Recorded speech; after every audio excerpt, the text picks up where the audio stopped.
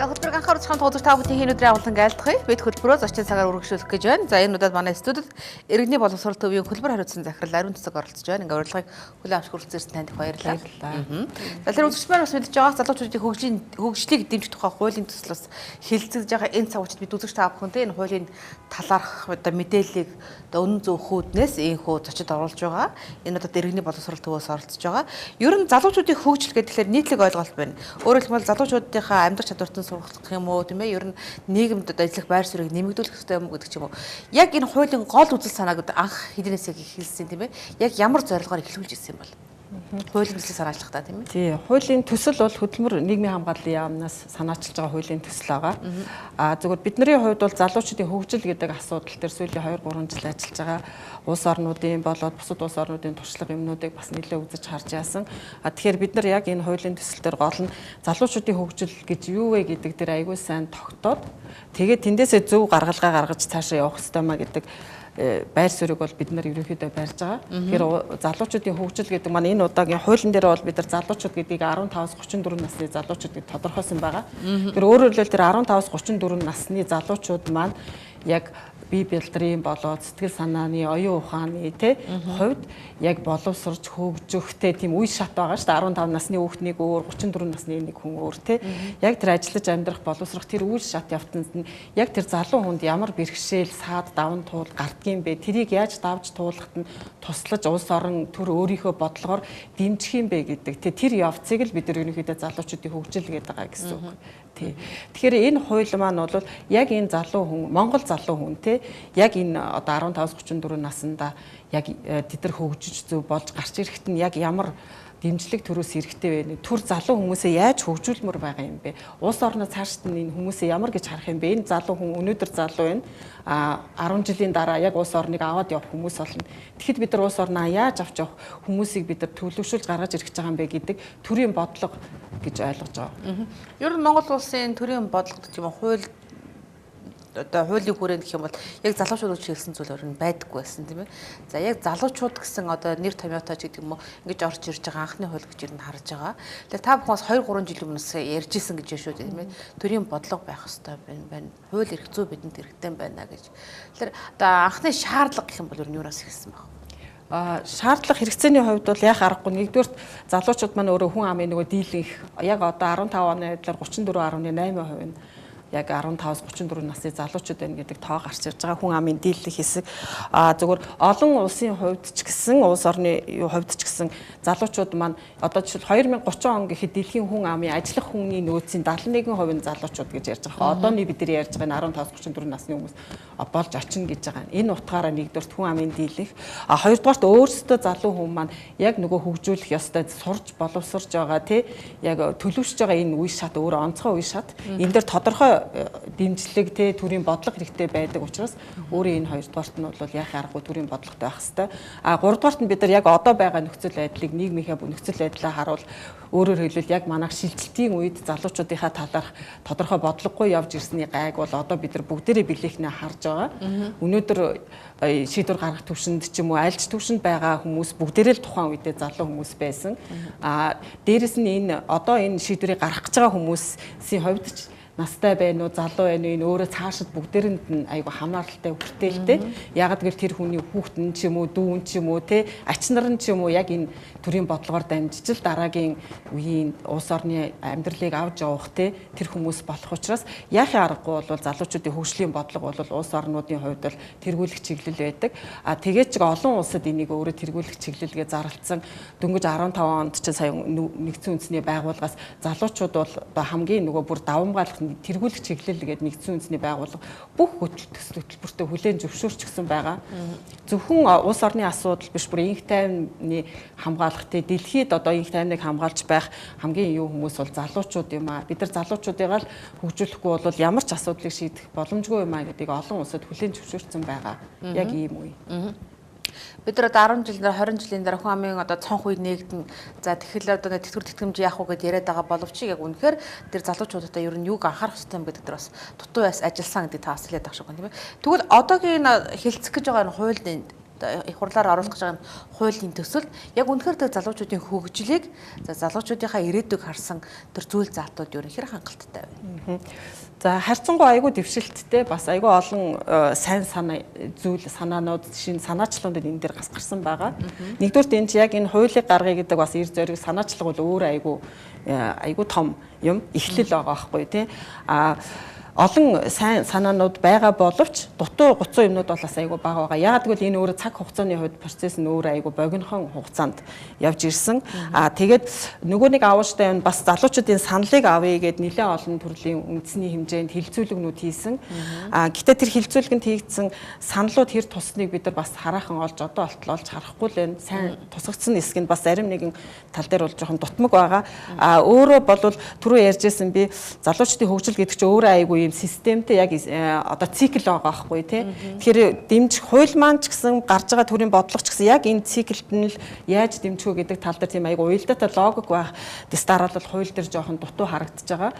Дээрэс нь 2014 онд Азербайджанд болсон олон улсын ийм анхны дэлхийн залуучуудын бодлогын форум гэж болсон. Тэр форумоос бол ерөөсөө улс орнуудад залуучуудынхаа бодлого дээр нэг ийм хитгэн л зарчим барьжээ яг гэд гарсан үндсэн зарчмууд байгаа. Тэр зарчмуудыг бас харахад ингээд бол зарим тал дээр жоохон дутуу дөлмөг суулгасан юмнууд харагдаж байгаа. Энэ яг хуулийн төсөл дээр ажиллаж байгаа хүмүүс бол энийг харж л байгаа хэл та ерөөхдөө бол тий гих мэтлэнгээр дутмаг юмнууд бол нэлээд байгаа. Зарим нэр томьёонууд дээр бол тохирох харах юмнууд бас байгаа. Өөрөө угаасаа нийгмийн хандлага, орчин үеийн хандлага залуу хүнийг бол яг айгүй бүтээгч хүмүүс тий хөдөлгөдөг нийгмийг хөдөлгөгч, тэргүүлэгч хүмүүс тэгээ залуучуудын эрхтээр айгүй суйрлах ёстой гэдэг энэ хандлага дээр одоо суурилсан тийм хууль байх ёстой. Тэгэхээр тэр тал дээр бол зарим тал дээр бол харьцангуй айгүй дэвшил хийсэн. Зарим тал дээр бас одоо ч гэсэн дутмаг зүйлүүд бол нэлээд байгаа. Дутмаг зүйлээс хэлж юу вэ? Залуучууд өөрсдөө юу хүсэж байгаа? Үнэхээр хууль ямар зүйл заалт оруулахыг хүсэж байна? За яг энэ дээр бол залуучууд угаас өөр айгүй өргөн хүрээний салбар хоорондын тий бодлого түрүү өөрөө хэлжсэн манайх залуучдын талаар тодорхой бодлогогүй явсан гэдэг боловч салбар болгон бол тодорхой хуулиудтай боловсролыг дэмжих гээл тий эрүүл мэнд гээл ингээл байж байгаа. Энэ хуулийн гол залуучдын хөгжлийг дэмжих хуулийн бидний одоо яг оруулаасаа гэсэн гол хэсэг бол жишээлбэл залуучдын боловсрол байлаа гэж одоо эдгэртэй дөрвөө боловсролын хууль дээр бүхэл төрлийн залуучуудыг одоо яаж боловсрол эзэмшүүлэх вэ, тэтгэлэг гэдэргээл олон асуудлууд байгаа шүү дээ. Харин эндээс залуучдын хөгжлийг дэмжих тухай хууль бол боловсрол дээр жишээлбэл яг тэр хуулийн дээр орж харахгүй байгаа. Энэ хуулийн дээр зорилттой бүлэг гэж тавьсан байгаа. Залуучууд яг боловсролт нь хэрэгтэй дэмжлэг үзүүлэх хэрэгтэй байгаа залуучуудыг дэмжих тийм юм оруулал илүү зал байвал илүү зүгээр байгаа хгүй. Жишээлбэл хөгжлийн бэрхшээлтэй залуусын талаар бол боловсролын тухай хууль дээр үн төлбөргөө сургана гэсэн байна. Гэтэл үн төлбөргөө очиж сурах гэхээр тэднэрт орчин байхгүй байгаа хгүй.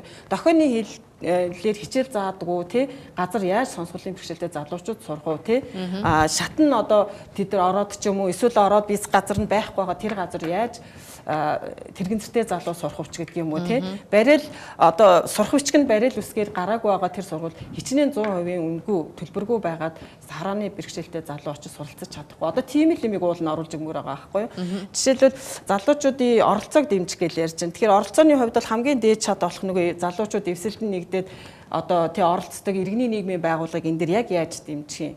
Өнөөдөр зөндөө олон бидний судалгаагаар гарахад 170 гаруй залуучууд иргэний нийгмийн байгууллагууд байгаа. Залуучууд айгүй оролцох айгүй сонирхолтой байгаа. Өөрөө анзаарчлаа баг. Тэр ихтгэл фэйсбүүкээр хүртэл ингээд бүлэг байгуулаад янз бүрийн юм хийгээл ингээд явдаг. Тэгвэл энэ залуучдын оролцоог зүгээр л дэмжих биш, харин яаж дэмжих юм? Тэр төрийн бас байгууллагуудыг нь төрөөс ямар тий бодлогоор ч юм уу тий хаана нь яаж яах юм гэдэг ийм юмнуудыг оруулж өгөөд илүү яавал одоо дэмжүүл. Эрүүл мэндийн асуудал дээр ч гэсэн яг одоо залуу эмэгтэйчүүд сургууль төгсөөл их сургуулаа төгсдөг, ажлын байран дээр очдог. Гэтэл яг төрөх насных нь нас байдаг, хүүхэд гаргамаар байдаг тий. Тэгээд ажил хийх гэхээр тэр эмэгтэйд чинь бусдтайгаа адилхан хөгжөд явах боломж хасагдчихад байна шүү дээ. 2 жилээр хоцрогдож байна. Эсвэл 2 жилийн дараа ажилдаа ороод цаашаа өөрийнхөө мэдлэг боловсрол чадварыг дээшлүүлэе гэхэд одоо яг тэнд дэмжлэг хэрэгтэй байна тий.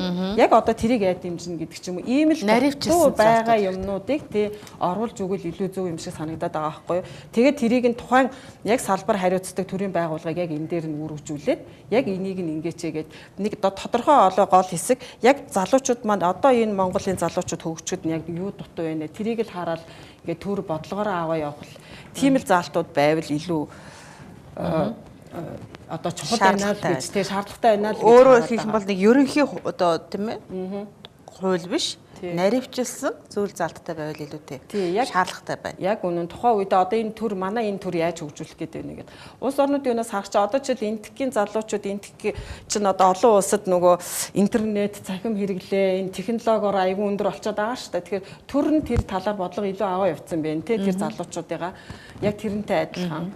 Одоо жишээлбэл анзаарч байхад Солонгосын залуучууд сүүлийн үед олон улсын байгууллагуудад маш ихээр сайн дурын ажлыг л яваад байгаа байхгүй юу. Тэр залуучуудыгаа олон улсад гаргах гэсэн бодлого бас нэг яваад байна да тий. Тэгвэл манайх яг залуучуудыгаа аль руу бид нар ирээдүйд энэ дэлхийн глобалчлагдж байгаа нийгэм залуучууд маань хаана очиосоо гэж бид нар харж байгаа юм бэ гэдэг тэр алсын хараа энд сайн харагдахгүй байгаа гэсэн өөрөөр хэлбэл. Яг хөгжиж байгаа залуучуудын хувьд гэдэг ч юм уу, яг амьдралдаа хөлөө олох гэж байгаа залуучуудын хувьд үнэхээр эдийн засаг төсөв гэдэг бол маш чухал тийм ээ. Та сая надад энийг их анхааруулж өгөх шиг боллоо. Тэгэхээр яг энэ хуулинд ер нь залуучууд тийм ээлтэй эдийн засгийг бий болгох, төсвийг бий болгох гэдэг нь хэр дурдгдсан байгаа юм. За яг нэг заалт байгаа орон нутгийн энэ хуулийн заалтан дээр бол тухайн засаг шат болгоны засаг дарганаар өөрийнхөө орон нутгийн хөгжлийн төсвийг одоо төлөвлөлтөнд заавал залуучуудынхаа хөгжид энэ жил манай орон нутаг ийм мөнгө төгрөг одоо юунаас зарцуулнаа гэдэг тийм заалт энд орж ирсэн байгаа. Энэ бол бас давуу тал. Урд нь бол тийм байхгүйсэн. Тэгэхээр тухайн орон нутгийн засаг даргаыг бид нар үргэлжлүүлчихэж байгаа гэсэн үг байхгүй энэ хуулиар. Зүгээр илүү арай жоохон илүү дэвшилттэй байсансан бол уул нь бол залуучуудын хөгжлийн сан гэдэг улс орнуудын сайн туршлагыг харахаар бол улс орн болгон залуучуудын хөгжлийн сантай байд юм байлээ. Залуучуудын хөдөлмөр эрхлэлтийг дэмжих гэдэг юм уу, залуучуудын боловсролыг дэмжих гээд зүгээр энэ анх бол хуулийн төсөл төр тэр залуучдын хөгжлийн сан гэдэг юу явж исэн. Тэгээ санаачлага явж ирснээр сүүлийн хэсгээс бол энэ буцаад авцсан байгаа энийг. Тэгээд хууль санаачлагч юу гэж бодож энийг авсныг би бол сайн мэдэхгүй байна. Уул нь бол энэ нь бол илүү дэвшилттэй байсан. Бодвол улс орны нэг эдийн засгийн хямрал ч юм уу те тэрнтэй холбоотойгоор юу яасан баг. Гэхдээ залуучдын хөгжлийн сан бид нар гэдэг ямиг хуулийн дээр тусгачаад тэрийгээ сангаа бүрдүүлэх айгүй олон жишээнүүд уул нь байгаа байхгүй аргууд байгаа. Тэрийг аваад явхад бол бас уул нь айгүй болохгүй юм байхгүй. Ягаад тэрэн дээр бид нар төсөвтэй байх гэдэг дээр илүү яриад байна гэхээр зөндөө олон хуулиуд байгаа. Гараад хэрэгжидэггүй, тий хэрэгжилтэн дээр ундаг тий өөрөө энэ залуучдыг хөгжүүлэх асуудал чи айгүй том асуудал учраас заавал тодорхой хөрөнгө мөнгө төсөвтэй байж энэ дэмжигдэх ёстой. Тий. Магадгүй үнэхээр үед чим залуучуудын одоо хөгжлийг дэмжих тухай хуультай болсноор мэдээж эргээд залуучууд маань өөрсдөө тэндээс одоо юу гэж юм хүслийг бий болгох өөрсдөө эргэлээд нөө хариу өгөх гэдэг юм уу тийм нийгэмд үзүүлэх нөлөөлөл нэмэгдүүл тэр сонирхол бас байж таарна тийм энэ талаар даа яриул. Залуучууд ямар боломж олгоцсон байгаа юм. Өөрөөр хэлбэл залуучуудын хувьд бол хүсэж байгаа юм бол юм байгаа байхгүй. Тэд нар нэг халамж өсөхгүй байгаа. Тэд нар болохоор өөрсөнд нь хөгжих боломжийг л олгооч л гээд энэ хуулиар бидэрт нэг тийм бүгдээрэнд нийжил тэгш боломж те ямар ч залуу хүн өөрөө үнэхээр хүчин чармаалтай гаргаад те хүсэл сонирхлоороо ингээд дэмжиж ажиллаад явах юм бол хүн болгон залуучууд болгон өөрөө хувь хүнийхээ хувьд хөгжих те улс орныхоо хувьд ч гэсэн хөгжилд хувь нэмрээ оруулах, нийгмийн хөгжилд ч гэсэн хувь нэмрээ оруулах, ишүү цаашлуул улс орноо төлөөлөд олон улсад ажиллаж амьдрах ч юм уу те ийм айгу хэрэгтэй хүн болохыг бүх залуучууд хүсдэг болсон яг энэ үе байхгүй. Тэгэхээр энэ хуулийг тэгжил хараад байгаа залуучууд илүү халамж биш бүгдээрэнд нийжил боломжийг олгох тэр өөрөөр хэлбэл одоо яг сургуульд сурах боломжгүй байгаа бол тэрийг нь олгож яадаг юм. Хүн болгон тийм биш те зарим нэг нь бол аль хэдийн өөртөө боломжоо олон улсад гараад тэтгэлэг юмаа олоод сураад явж байгаа залуу байна. Тэгвэл тэр залуу буцаад ирээд улс орондоо ч юм уу өөрийгөө салбарт илүү амжилт гаргах ч юм уу тэр боломжийг хайгаад байгаа л гэсэн үг ерөнхийдөө. Тэгээ тэгж олж харж одоо айгуу тийм алсын хараатай байхасаа л гэсэн санаа бид нар бас энэ дээр хэлэх гээд байгаа юм. Өнгөрсөн баасан гарагт бас залуучууд хөгжил төвийн одоо залуучуудаас ярилцсан л өөрөөр хэлбэл улс нийслэлийн 3 дүрэг улсын хэмжээнд 11 аймаг залуучууд хөгжлийн төв байгуулагдаад ажиллаж байна. Үнэхээр тэр төвд очиод залуучууд маань өөрсдөө сурах сонирхолтой байна тийм ээ. За нийгэм шиг сонирхолтой байна. За нийгэмд өөрөөр хүлээх хариуцлагатай байна тийм ээ. Өөргөө биелүүлэх сонирхолтой гэдэг мэдэгдэжсэн л да. Ер нь цаашдаа яг энэ чиглэлээр энэ хуулийн зүйл залт байгаа юу? Өөрөөр хэлбэл яг залуучуудын хөгжийг эхлэх тэр. Тий, яг хөө зүгээр тэрийг бол нэг оролцоо гэсэн байдлаар ерөнхий байгаа. Тэгээ залуучуудын оролцоог дэмжин энэ тал дээр юу байна гэсэн юм байгаа. А тэр өөрөө ч хэлдэг яг залуучуудын хөгжлийн төвтэй болно гэдэг санаа бол бас айгүй зөв юм. А энэ одоогийн байгаа 16 төв бол Нүүбийн хүн амын сангийн төслийн хүрээнд л байгуулагдсан төвүүд айгүй сайн жишээ болж байгаа. Айгу залуучуудыг оролцуулах, тэр залуучууд тэнд очиод хөгжих боломжийг асан айгу хөөрхөн жишээнүүд гарсан, сайн кейсүүд гарсан ийм туршлага. Тэгэхээр тэр туршлагыг аваад энд залуучууд хөгжлийн төвтэй болох ч гэдэг бол бас нэгдүгээр санаа. А дээр нь бол залуучуудын оролцоо гэдэг дээр бол дахиад энд нөгөө яг оролцоог нь яг зөв дэмжих гэдэг дээр бол илүү айгүй тийм сайн гэд авчгаар заалт бол ховорхон. Яг ерөнхийд нь бол ерөнхий тавьсан байгаа юм. Гэхдээ ер нь бол өөрсдөө залуучууд маань бол тэр болгоныг хайхтар юм нэхэд идэггүй шүү дээ үрх юм байна. Ер нь бол энэ хуулийн гараад дараагийнх нь бол залуучуудын талаар төрөөс баримтлах бодлого гарна гэж яамч өөрөө ярьж байгаа, залуучууд бас ингэж хүлээж байгаа. Тэгэхээр бодлого дээр бол бас тиймэрхүү төрлийн нарийн юмнууд илүү сайн тусагдах бах л да. Яг яаж яах вэ гэдэг дээр нь тий.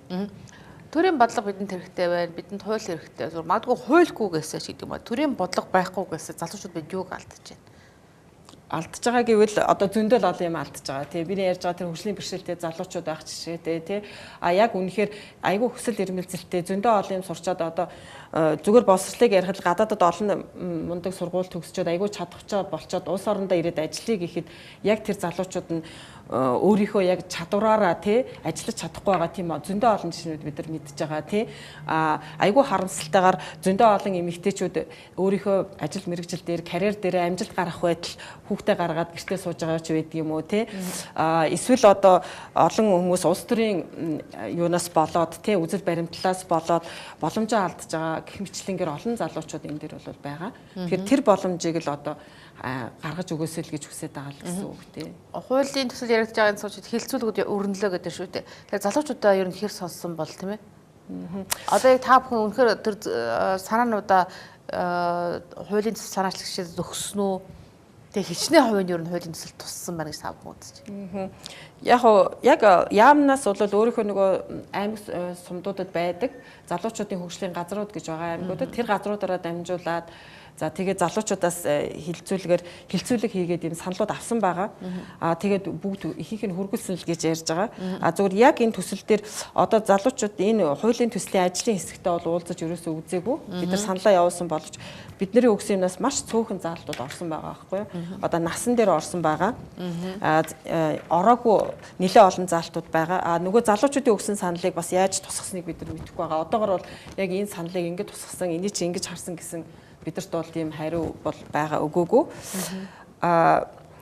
Ер нь бол яг ийм хуулийн асуудал дээр хилцүүлэг хийгээд санал авахд бол маш богино хугацаанд айгүй авцсан. Тэгэхээр ийм богино хугацаанд тэгээ өөр ийм өргөн хүрээний асуудлууд дээр залуучууд айгүй бодиттой айгүй сайн тийм санал өгөх нь болвол бас эргэлзээтэй асуудал байхгүй. Өөрөө цаг хугацааны хувьд тэ нэлээ үзэж харж иж саналаа нэгтгэж оруулах хэрэгтэй.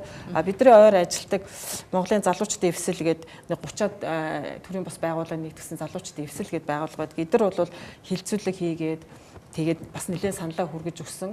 Түрүүний удаагийн төсөл дээр бол тэр санал ороогүйсэн. Сүүлийн байдлаар бол орох байхаа л гэж харжлаа юм да тий. Түрүүний таны дурдсан одоо жишээ нь хөгжлийн бэрхшээл дээр залуучуудын тийм ээ суралцах хэрэг. За магадгүй тэндний нөө эрүүл явах хэрэг тийм ээ тэгш байх хэрэг гэдэг хангах гэдэг ингээд ярихаар салбар хоорондын уялдаа холбоо нь яг энэ хуулинд юу хэр туссан байгаа. Жишээ нь одоо эрүүл мэндийн салбар дээр тийм ээ залуучууд маань одоо эрүүл мэндийг хэрхэн яаж хамгаалуулах ёстой юм. За тэр хөгжлийн бэрхшээл дээр асуултыг яах ёстой юм. Харин тэ энэ өөр салбар хоорондын юун дээр бол яг энд ингэсэн байгаа нэг залуучуудын нөгөө үндэсний зөвлөлтөй байна гэд тэр зөвлөлт нь яг одоо яамнаас эхлүүлээд ингээл дээшгээ юу байна гэсэн нэг юм бүтцэл байгаа байхгүй юу. Тэрээс яг салбар хоорондын уялдаан дээр бол бас жоохон төвөгтэй асуудал одоо болтол бас харцсангүй тийм нэг сайн шийдэл энэ хуулийн дээр харагдахгүй байгаа. Яг зөвхөн энэ хуулийн энэ заалтаар тухайн төрийн байгууллагыг юу яана гэсэн тий одоо үргэлжлүүлнэ гэсэн юмнууд л байгаа. Зөвхөн ер нь бол харахаар ч улс орнууд чинь айгүй олон улс орнууд өөрийн гэсэн залуучуудын яамтай байдаг. Тэр яам нь өөрөө тий тэр салбар хоорондынхоо уялдаг хангаж идэг. Манайд бол хөдөлмөр нийгмийн хамгааллын яамны доор газар байгаа. Тэгээ газрын доор залуучуудын хөгжлийн газар гэдэг дахиад нэг жижигхэн газар байгаа. Цөөхөн хүнтэй, 4-5 хүнтэй иймэрхүү газрууд байгаа. Тэгээ орон нутагт бол нэг л хүн байдаг. Тэгэхээр бол бас энэ бүтцээр бол хэдийгээр энэ маань анхудаа бас одоо төрийн бүтцэд залуучуудын асуудлыг оруулж ирсэн гэж үзэж байгаа ч гэсэн хүн амынхаа тэр нөгөө тоотой харьцуулах юм бол тэгээд асуудалтайгаа харьцуулах юм бол бас тийм хангалттай уялдаа холбоог ингээ хангаж өгөхөд бол бас л сул бүтцэл харагдаж байгаа. Залуучууд бол өөрсдөө ингээ хуультай болж байгаа энэ цаг үеч үзэж юм. Энэ хуулиндаа залуучуудын өөрсдөө нь үүргийг тийм ээ хэр тусгасан байгаа л. Тэгээ үүргийн асуудал дээр бол энэ дээр залуучууд нэлээ их юу тавьсан. Олон юмн дээр бол мэдээж залуучууд бол тэр үндсэн хууль бусад хуулиудаар заасан тий үүргийг бол хүлээж яахыг бол мэдээж үгүйсгээгүй. Зарим нэг юм дээр нөгөө үүргийг арай юм албан сайн дурын юмнуудыг тий албан болгосон эдэр дээр залуучууд нэлээ айгүй эмзэглэж байсан. Тэгээ тэр нь албан болгосон юм байгаа юм тий. Тийм жишээлбэл одоо сайн дурын ажил хийхийг заавал одоо тэдэн цагаар эдэр гэсэн анх энэ хуулийн төсөлтөд санаа орж ирж байсан. Тэгээ залуучууд тэрийг нэлээ эсэргүүцсэн. Харин тэрийг аваад сайн дураараа гэсэн санаанууд гарч ирсэн байлээ. Ер нь бол бид нар нөгөө ингэдэг штэ нийтлэг хандлага бол залуучууд тийм хийхгүй тэд нар юу вэ л гэж яриад идэгин.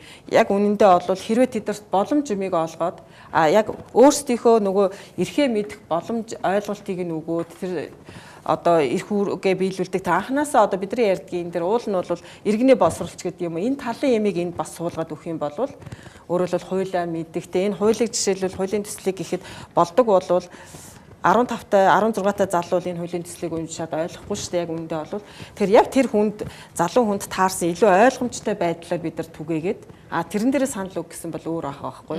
Тэр залуучууд бол тийм арай өөр юу юм бүлэг юм. Тэдэрт айгүй хандсан зөв яг тэдний хүсэж байгаа юм дээр таарсан тийм л арга барилтай ажиллах юм бол залуучууд бол их үүргээ биелүүлэхдээ бол тийм хойрог хүмүүс биш. Харин ч эднэрт бол боломжийг олгоод ирэх юм бол өөрчлөгдөж болдог тий хувьсаж чаддаг тийм бүлэг байхгүй юу. Тэрнээс бол одоо 50 60-тай хүнийг бол бид нар өөрчлөхгүйтэй адилхан гэдгээс бол арай өөр. Харин энэ насанд нь бид нар эдрийг хаашаалвал хааш нь яаж хөгжүүлж болох боломж. Буруу хөгжүүл бол алдчихж болно. Зөв хөгжүүлээ зөв өөрийн бодлогоор аваад явах юм бол ямар ч хариуцлагатай мундаг бий болгож чадах тийм л нөгөө цоорхоо хууль, цоорхоотой хууль гэдэр гэл ярьдаг шүү дээ. Зүгээр магадгүй бид нар ч гэсэн өнөөдөр залуучуудад тийм цоорхоогүй л хууль хэрэгтэй. Ягаад би ингэж хэлбэрийн гэл түрүүний таны нөгөө сайн дурын ажлыг тийм ээ бараг албан ажил болгоод цаг заачиж байгаа нь өөрөө ингээд залуучууд эрхийг хязгаарлах нэ гэж. Тэгвэл яг энэ мэт заалтууд юу нэр байх шиг байна. Тий, яг хөө нөгөө нэг зарим нэгэн үг хэллэгнүүдээр бид нар ингээд яасан хамгийн түрүүн уншаад үзэхэд жишээлбэл сайн дурын ажил хийсэн залууг алдаршуулна гэж үг байгаа байхгүй тийм. Тэгэхээр бид нар өөрөө алдаршуулна гэдэг үгийг одооны залуучууд баг энэ үгийг ойлгохгүй байгаа байхгүй тийм. Тэгхмэчлэнгээр тэрний оронд одоо яг ийм үйл хийдэг сайн дурын ажил хийж өөрөө нийгмийн эдийн засгийн хөгжилд хувь нэмрээ оруулах цаг хугацаагаа зарцуулж байгаа залуу хүнийг олон түмэнд одоо танилцдаг ч юм уу тийм. Энэ залуугийн жишээг бусдад одоо тий үлгэр дуурайл болгодог ч юм уу. Энэ бол зөвхөн үлгэр дуурайл болох биш сайн дурын ажил хийсээр тэр залуу хүн өөрөө давхар хөгжиж байгаа байхгүй. Тэгэхээр яг үнэндээ бол энэ сайн дурын ажлыг бид нар буйны ажил биш тухайн хүний хөгжих бас нэг явц гэж харах хэрэгтэй юм. Тийм болохоор залуучууд тэр үгийг айгүй эмзэглэж хүлээж авч байгаа гэх мэтлэнгээр. Тэр нөгөө нэг айгүй нэг юм цэгц анханасаа энэ дээр сайн дурын ажил гэж юу вэ? Залуучдын хөгжил гэж юу вэ гэдэг дээр айгүй сайн зарчмаа нөгөө нэг 100 гаргаж ирээгүй болохоор дараагийн заалтнууд нь бас ингээд ийм гарч ирээд байна гэж бид нар хараад байгаа байхгүй юу. Одоо ингээд хууль чуулганаар ороод ирэх юм бол та ер нь гишүүдэд шийдвэр гаргахад ер нь юу хэлмээр байна? Та тэр ялц цаг өндөрлөж байна. Өөрөөр хэлбэл саяны миний ярьж байгаа энэ яриа бол зөвхөн миний үг биш. Энэ бол нөгөө айгаа 3 4 жил залуучуудтай ажиллаж байгаа. Хөдөө орнуудтайгаар Улаанбаатар гэдэг энэ тэнд олон залуучуудтай ажиллаж байгаа. Залуучдын байгууллагуудтай ажиллаж байгаагийн хувьд энэ бол бидний ерөнхийдөө бодож байгаа бодол санаа. Энийг гишүүд маань ойлгосоо гэж бодож байна. Тэгээд их хурлын гишүүд шийдвэр гаргаж байгаа хүмүүс миний түрүүний хэлдгээр энэ хууль бол бүхэл залуу хүнд хамаатай, та нарын үр хүүхдэд хамаатай, бидний ач холбогчд хамаатай. Цаашлах юм бол улс орны ирээдүйд айгүй тий хамааралтай хууль учраас айгүй утаагаар дээрэс нь болохоор өөрсдөө энэ тал дээр бас нэмж харж судалгаа хийж тий уншиж үзэж улс орны юмыг харчиж энэ дээр шийдвэр гаргаасаа гэдгийг би бас айгүй хүсэж байна. За гişүүд маань өөрсдөө яг энэ хуулийн төсөл дээр залуучуудын санаа бодлыг сонсох юм бол тэд үзэл бодлоо илэрхийлэх, санаа бодлоо илэрхийлэх бүрэн боломж байгаа юм байна шүү гэдгийг бас энэ ярианы төгсгөлд харсан байх гэж бодож байна. За энэ цагт манай студид иргэний боловсрол төвийн Хөтөлбөр хариуцсан захирал ариун цэцэг ажиллаж за залуучуудын хөгжийг дэмжих тухай хууль улсын хурлаар батлагдаж байгаа энэ цаг үеэд за залуучуудынхаа үзэл бодолтой хоолоор за олон түмэнд хүргэлээ. Танд их баярлалаа таны ажил амжилт хүсье. За баярлалаа. Таньд ч гэсэн баярлалаа. Хөтөлбөр үргэлжилж байна.